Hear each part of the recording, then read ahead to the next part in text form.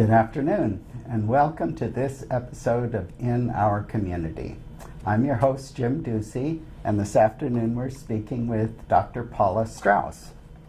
And we're going to be talking about migraine headaches today. Dr. Strauss is a chiropractor working in Campbell and has a special focus on treating migraine headaches using chiropractic techniques. Dr. Strauss has an interesting background. She graduated with an undergraduate degree in environmental science from George Washington University and worked for almost 10 years in Washington, D.C. in that field. Before she came out here to Palmer College of Chiropractic West, which is one of the top 10 chiropractic schools in the country. After receiving her degree, she did postdoctoral work in upper cervical care, which focuses on the brainstem connection with the nervous system. Dr. Strauss has been practicing chiropractic for almost 25 years and will help us understand migraine headaches and her special techniques for treating them. So welcome, Dr. Strauss. Thank you very much for having me. I'm really glad to have you here. So you're a chiropractor and you focus on treating migraines.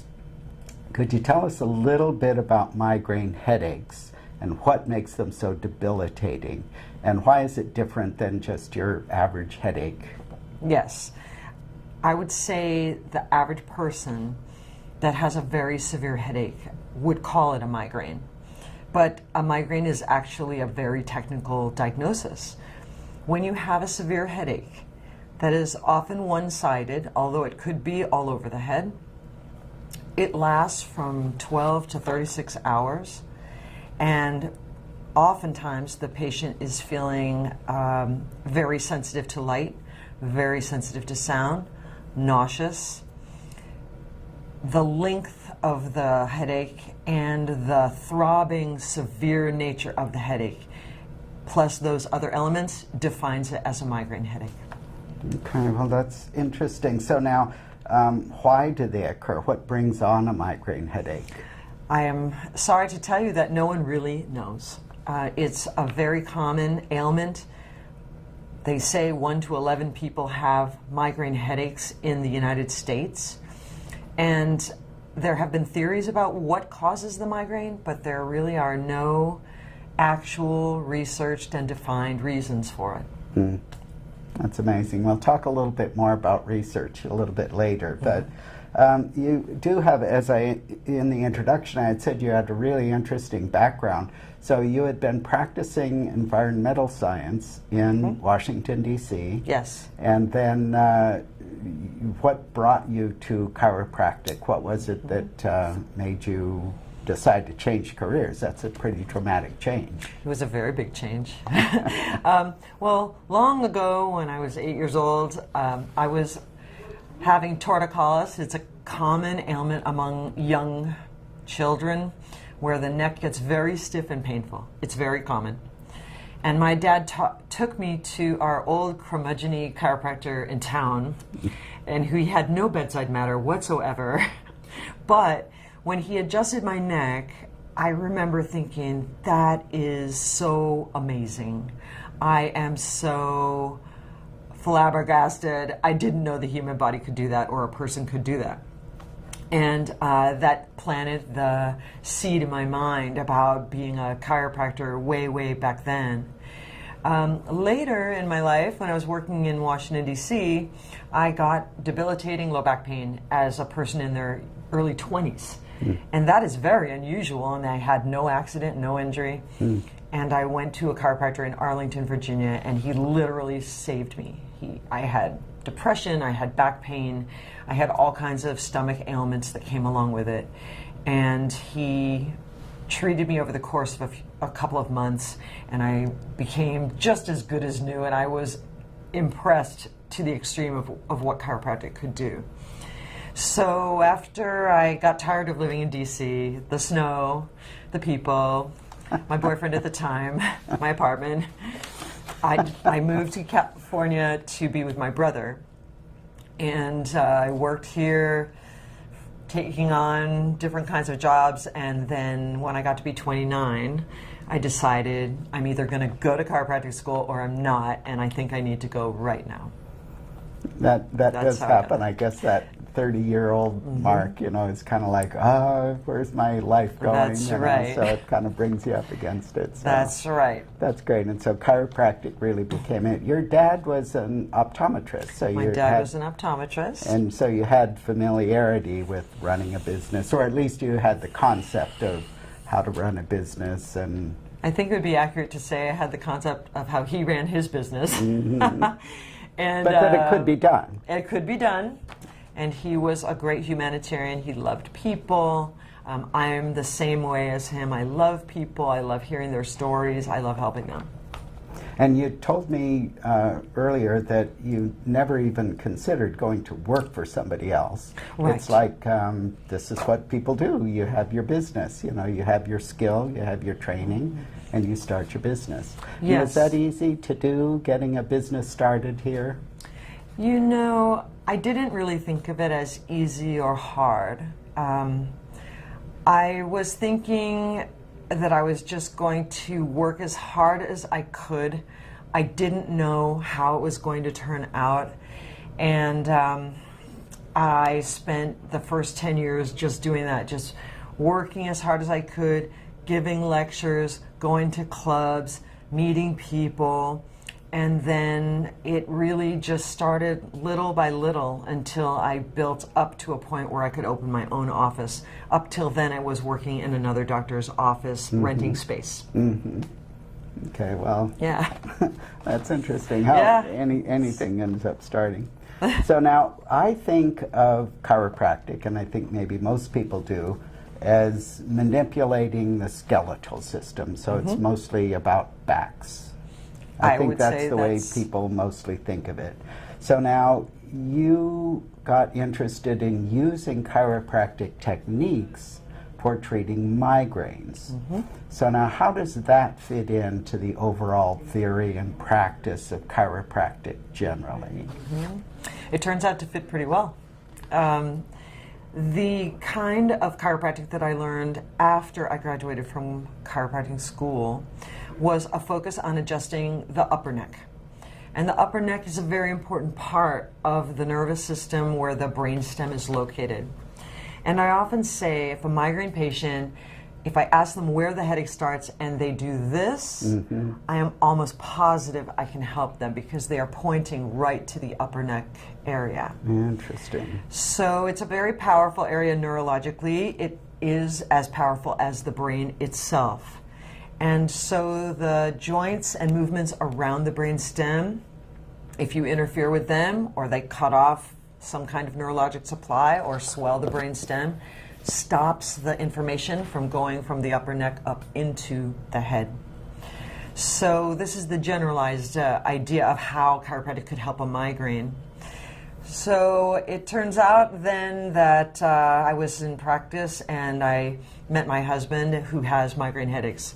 And if you've never seen a person who had them, I am positive having them is awful.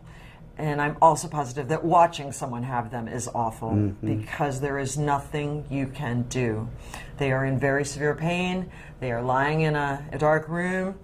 You can't help them in any way except just wait. And it's very hard to watch a loved one go through that. So I noticed after time went on that my husband's migraines were improving with the kind of care to the upper neck I was giving. And he eventually stopped renewing his prescription for Imatrix, which is a common migraine prescription. And the headaches became fewer and fewer, they were less intense, and they lasted less long.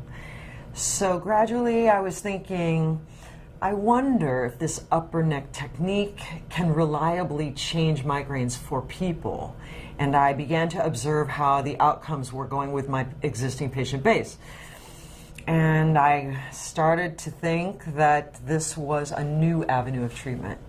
It was a way that migraine patients could have less headaches, less intensity, less duration, with no drug therapy used. And as you know, drugs are very helpful, but they also have many side effects. They do. And to have something which is like a constant regimen of medicine is never a good thing. No, it takes its toll on your organs and systems and your brain too. So as I got more experience in practice, I decided this is where I wanted my focus to be. I wanted to be able to offer this treatment to migraine patients, and almost the first thing they always say when they come in the office is, I would like to stop taking medication. This is by and large the most perfect. The first thing, Yeah. the first statement that they make. Yeah, that's good. So now, how does this fit into the if you think about all the chiropractors in the world, how many are treating migraines at all? Do they think of that as something that is within the realm of chiropractic, or is this something new? Well, when I have Is Googled, it really common? Well, I would say in general, if you ask the chiropractor, the general chiropractor, what do they treat, they will say neck pain, back pain, and headaches. But headaches is quite a general term. Mm-hmm. There are many kinds of headaches with many different origins of where they come from. Now, if you Google migraine chiropractor, you will probably come up with a handful of clinics throughout the United States, but only a handful. Mm-hmm. And sometimes the ones you will get are not dedicated to the migraine patient, but they're listing migraine as one of the things they treat in their practice. Mm-hmm. Okay.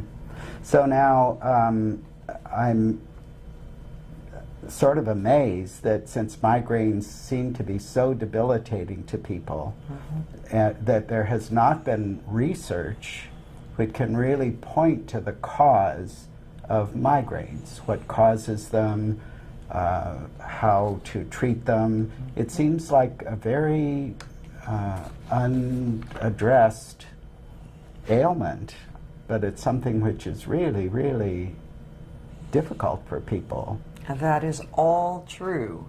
I wouldn't say that migraine is unresearched. They have discovered some connections through the trigeminal nerve, which is a nerve that supplies the forehead and cheek and jaw, and is a powerful nerve.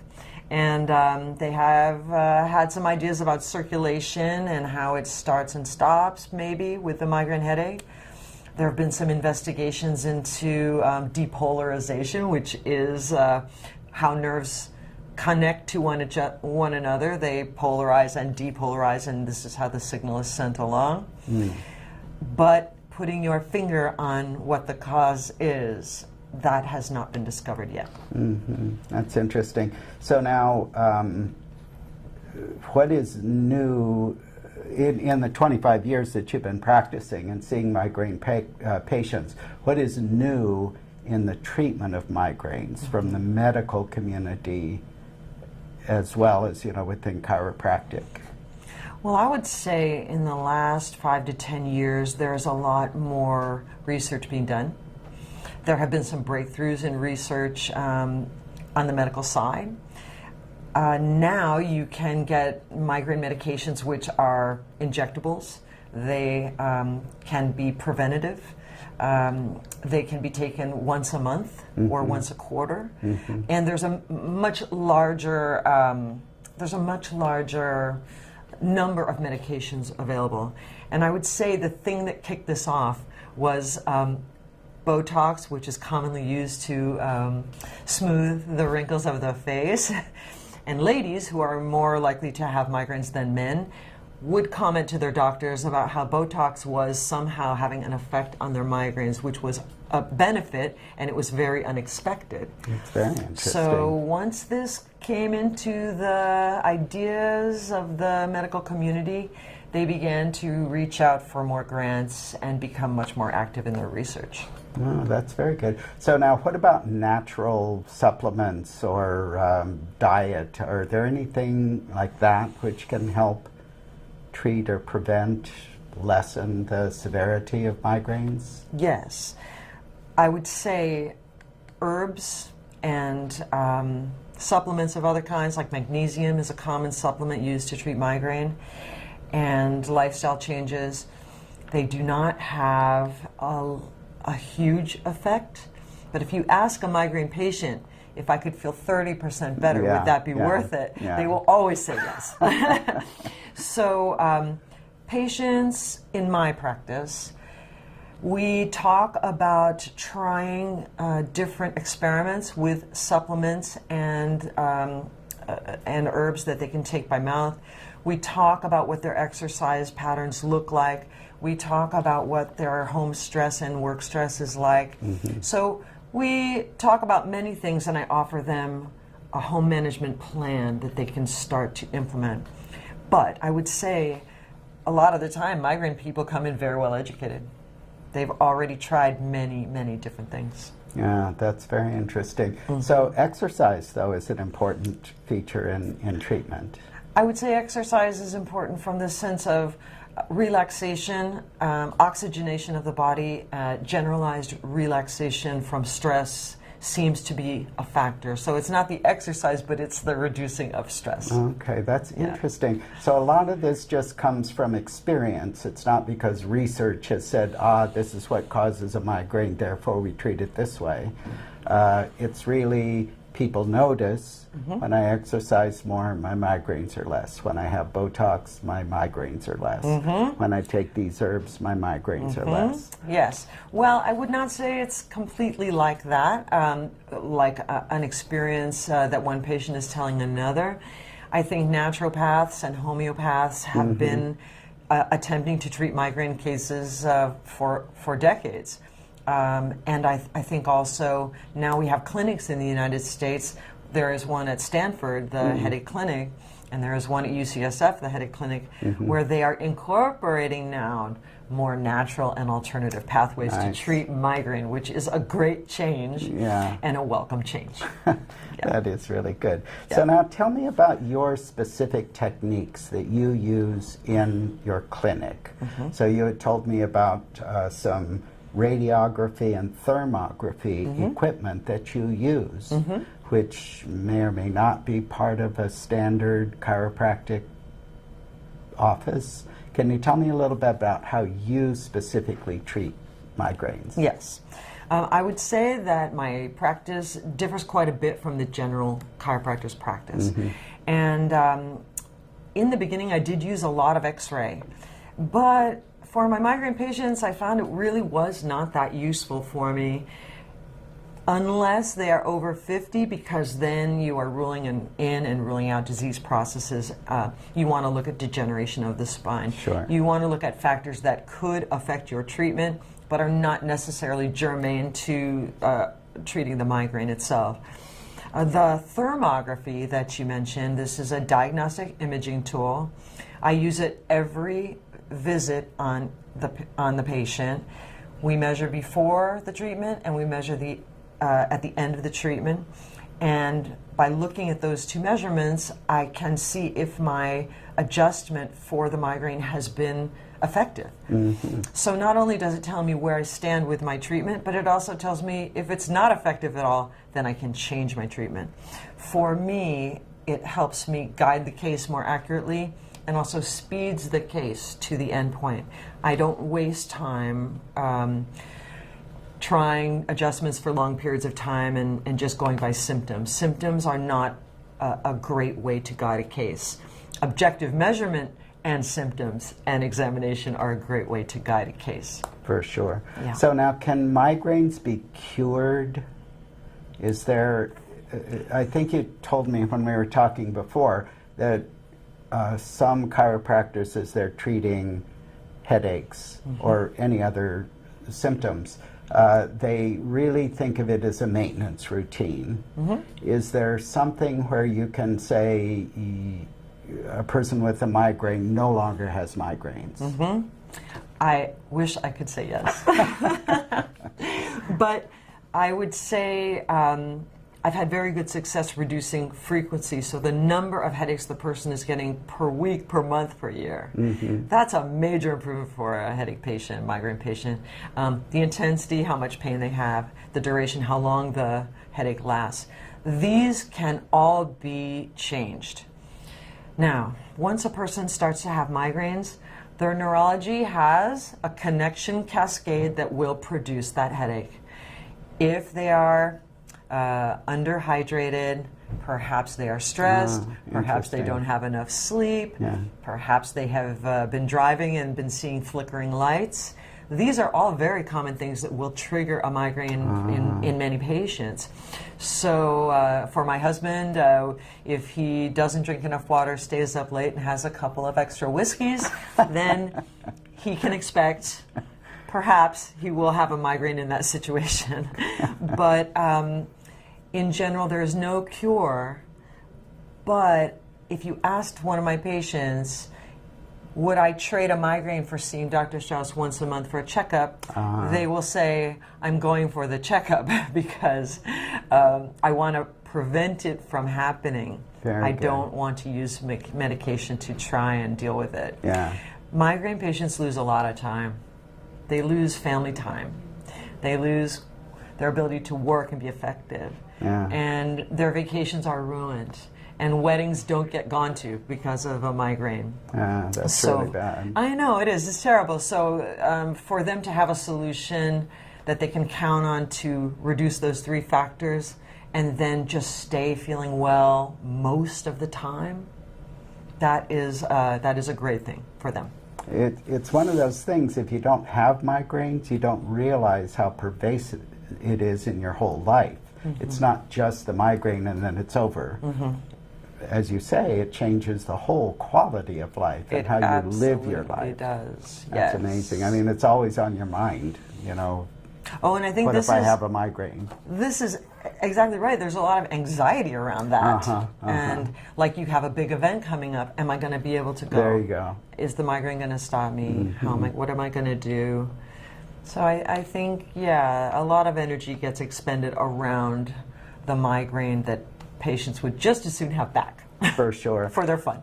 So now that leads me into another topic about how a patient can be proactive in dealing with their migraines and interacting with you. How do you help the patient? There was a term you used, migraine activism. Yes. So now tell me a little bit about that, how the patient can be more involved in their treatment.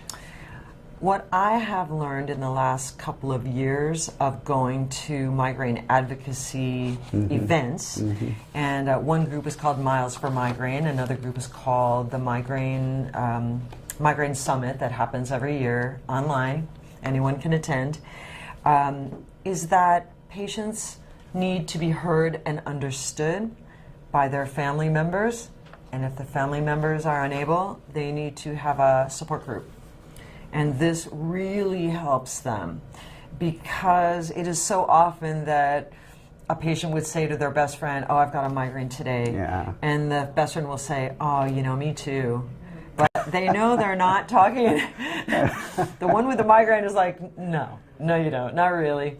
And if you don't have migraines, you probably can't quite relate. Somebody says, I can't go because I have a migraine. Oh, there they are again. You know, they've got a migraine. They always have migraines. You just can't relate. Yes, and I think from family members and friends, sometimes resentment can build up. Bad feelings can build up. So migraineurs really need a place where they can talk and be supported. Online connections have helped so much. I'll bet. The acceptance of alternatives have brought more people together, I think.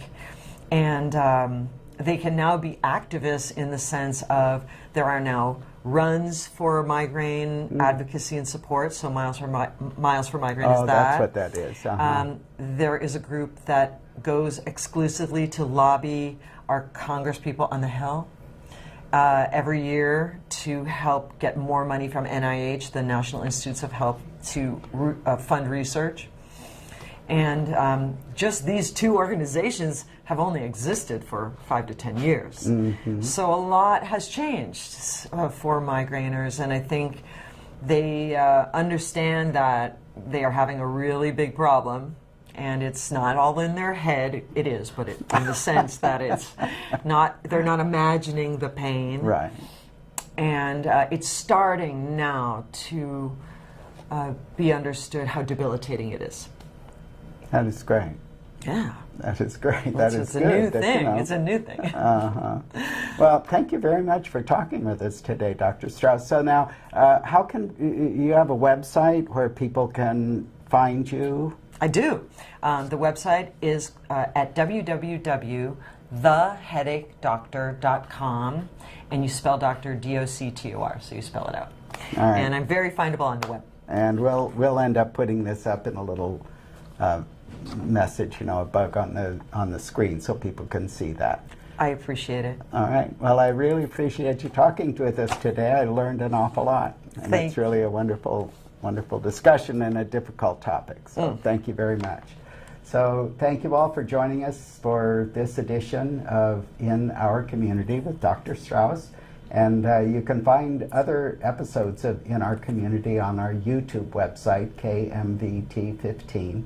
And thank you very much for joining us, and hope to see you again. Thanks.